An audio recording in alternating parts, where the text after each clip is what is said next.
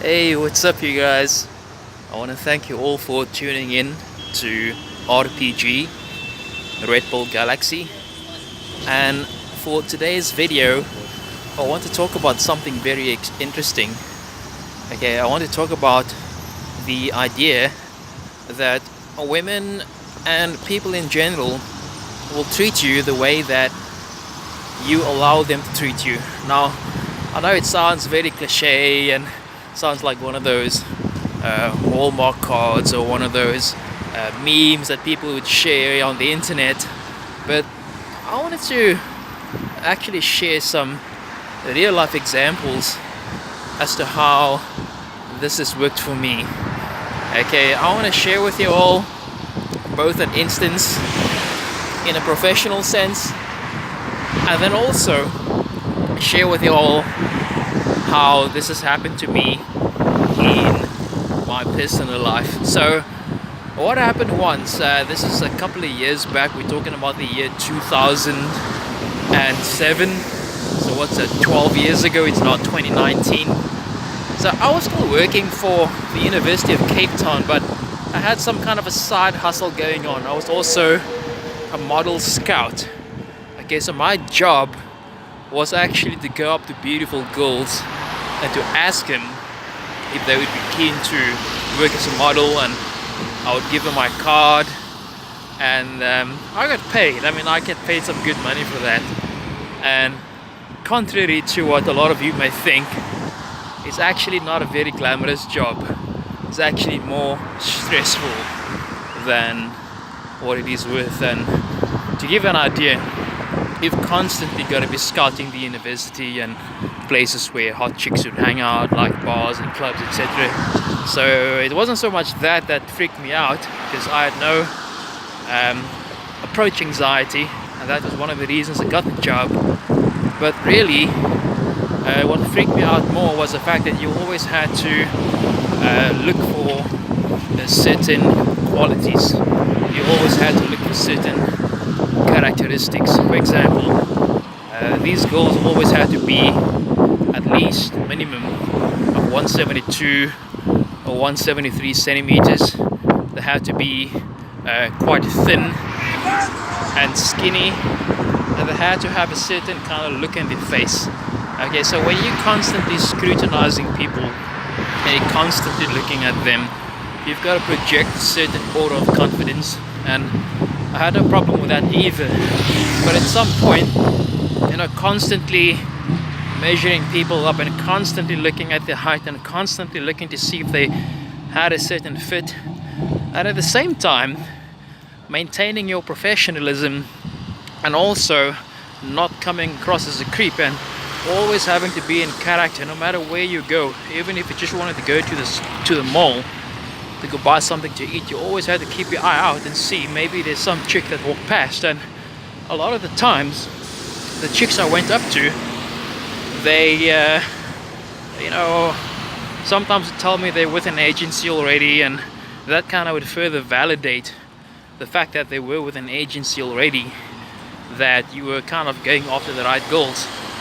So what happened one day was that this same agency that I was scouting for, they opened up a brand new kids division. So now, not only were they looking at getting chicks onto the books that fit the model type, but now they were looking at kids as well. And for me, that was a little bit easier, because the selection criteria for kids was not as demanding as the selection criteria for women. And so I came up with this really cool idea to pay a graphic designer to design an ad for me, to put it up at the local gym, because they always had these cute kids at the kids section of the gym, and I felt that these kids would be really good for this model agency's new portfolio. And so of course I scouted the ads online, and I found somebody that had a really good portfolio, and it happened to be a female graphic designer. So I called her up and I said to her, listen, I'm still working for the university, but I've got the side income as a model scout, and I'm willing to pay you whatever the fee was at the time. I think it was something like maybe I think if I recall correctly, she charged me $300 or $400, and I paid with my credit card, and I actually didn't end up paying that debt, but okay, that's a story for another time. But what happened was that I called her in and I told her exactly what I wanted the logo to look like, and gave her a theme, and she did the job really well. I mean, make no mistake about it, you know, she really did this job, I think better than what I expected. And then what happened was that she sent me the final spec late one night. It was Monday evening. It was well after 11 p.m., almost midnight, and I made a soft comment. I wrote a text. Basically what I said was, you shouldn't be working so hard, and she messaged me back via text message saying, you know, she's got a lot of work to do and she doesn't want to let the clients down, and if she promises you this work is going to be done by a certain date, if it means that she has to work late nights to get the work done, then she'll do it. She sticks to her agreement, all right? And I thought, wow, I mean, that's such a nice kind of work ethic to have nowadays. And what then happened was that I told her another comment, and I just followed up, and this is where the comments ended. I said, you know, one of these days you're gonna die, and life should not just be about working. You gotta relax, and you gotta give some time for yourself as well. And she just sent a smiley icon back, and that was it. So what happened was 2 weeks later, this agency, they then opened up a men's division. Okay, so what originally started out as a highly successful women's agency then branched into kids, and I made a lot of money off the kids, and now they were looking specifically for men.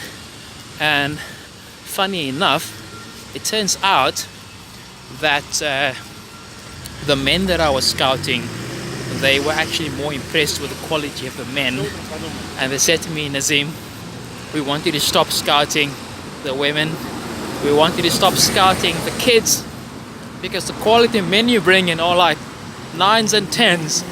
So the women were like 8s and 9s and sometimes 10, but the men were mostly, exclusively, almost always a 9, or most of the time a 10. And I think the reason that I got it like that was simply because I'm a straight male. So for a man to impress me, he's really got to be off the charts. Because, you know, I'm into women, so beautiful women impress me all the time if they're at least an 8, 9 or 10. But for a man to impress me in terms of good looks, it's got to be at least 10. All right.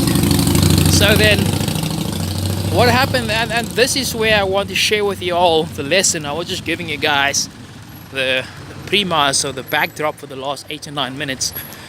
So what happened then, I contacted this lady, this graphic designer, one more time, and I told her, hey, thanks so much for the last work you did with the kids. I managed to make a lot of money off that ad, and I've got some more work for you. And she says, cool, what do you need?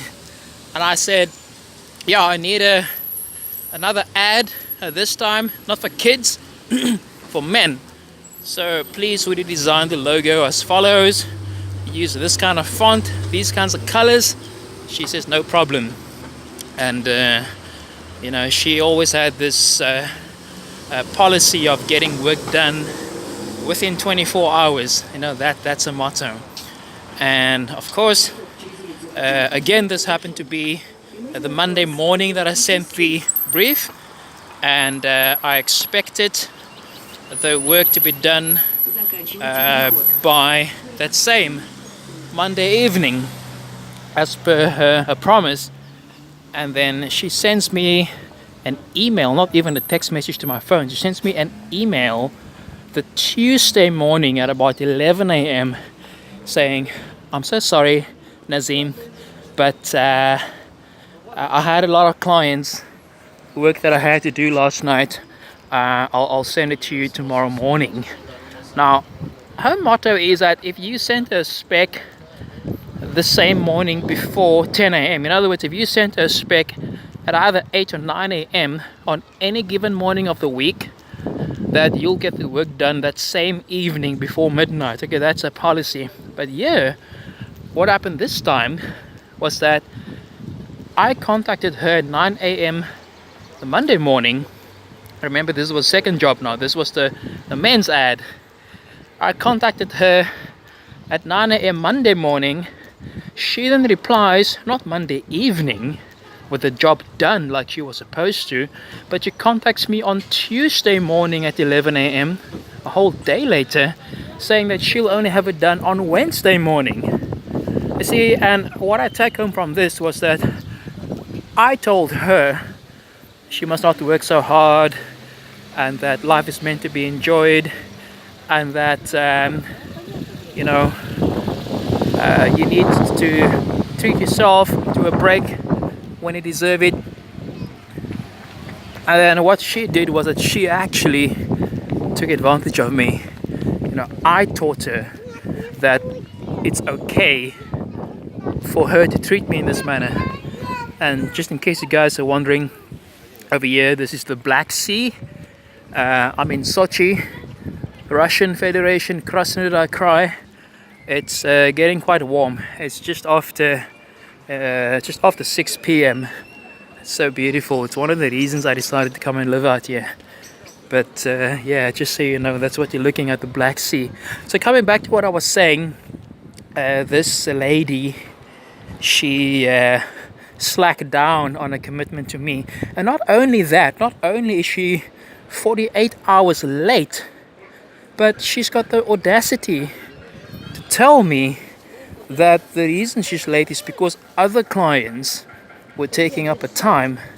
Now, that's a bit like your girlfriend saying, "I'm late because I was spending time with other guys," and this comes as a direct result of how you allow them to treat you. And then what happened was that, of course, I never hired her again.